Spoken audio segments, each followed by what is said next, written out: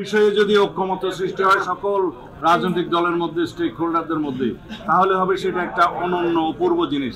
সেটা আমি এতটা বেশি আশা করতে পারবো না, কারণ বিভিন্ন মতাদর্শে বিশ্বাসী বিভিন্ন রাজনৈতিক দলের বিভিন্ন রকমের বক্তব্য থাকবে, দৃষ্টিভঙ্গি থাকবে, দৃষ্টিকোণ থাকবে।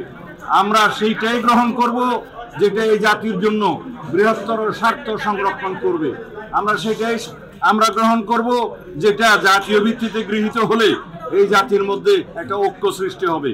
আমরা তাই প্রস্তাব করব যে প্রস্তাবগুলো গৃহীত হলে একটি সুন্দর শক্তিশালী গণতান্ত্রিক রাষ্ট্র হবে।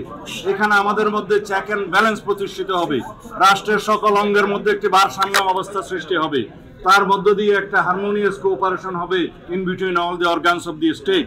এবং সেই একটা পরিস্থিতি সৃষ্টি করার জন্য আমরা দীর্ঘ সংগ্রাম করেছি, আমরা গণতান্ত্রিক আন্দোলন করেছি, বেশিরভাগ বিরোধী রক্তক্ষয়ী এই গণ অভ্যুত্থানের মধ্য দিয়ে আমরা এই সংগ্রামে বিজয়ী হয়েছি।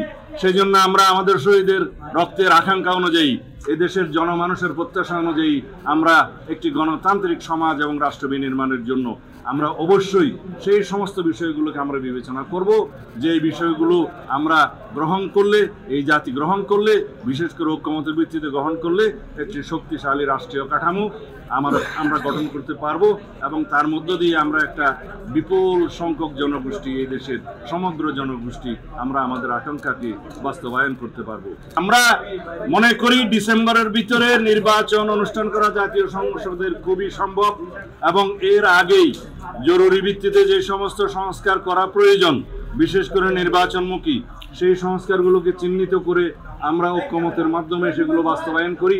এবং সেই এমন কোনো সংস্কার নেই যেগুলো এক মাসের মধ্যে বাস্তবায়ন করা সম্ভব হবে না। আমরা ইতিমধ্যে আজকে রিপোর্ট পেয়েছি, আইন মন্ত্রণালয়ের অধীনে অনেকগুলো অর্ডিন্যান্স এবং অনেকগুলো সংশোধনী এসছে বিভিন্ন সেক্টরে, যেগুলো অলরেডি বাস্তবায়ন হয়েছে।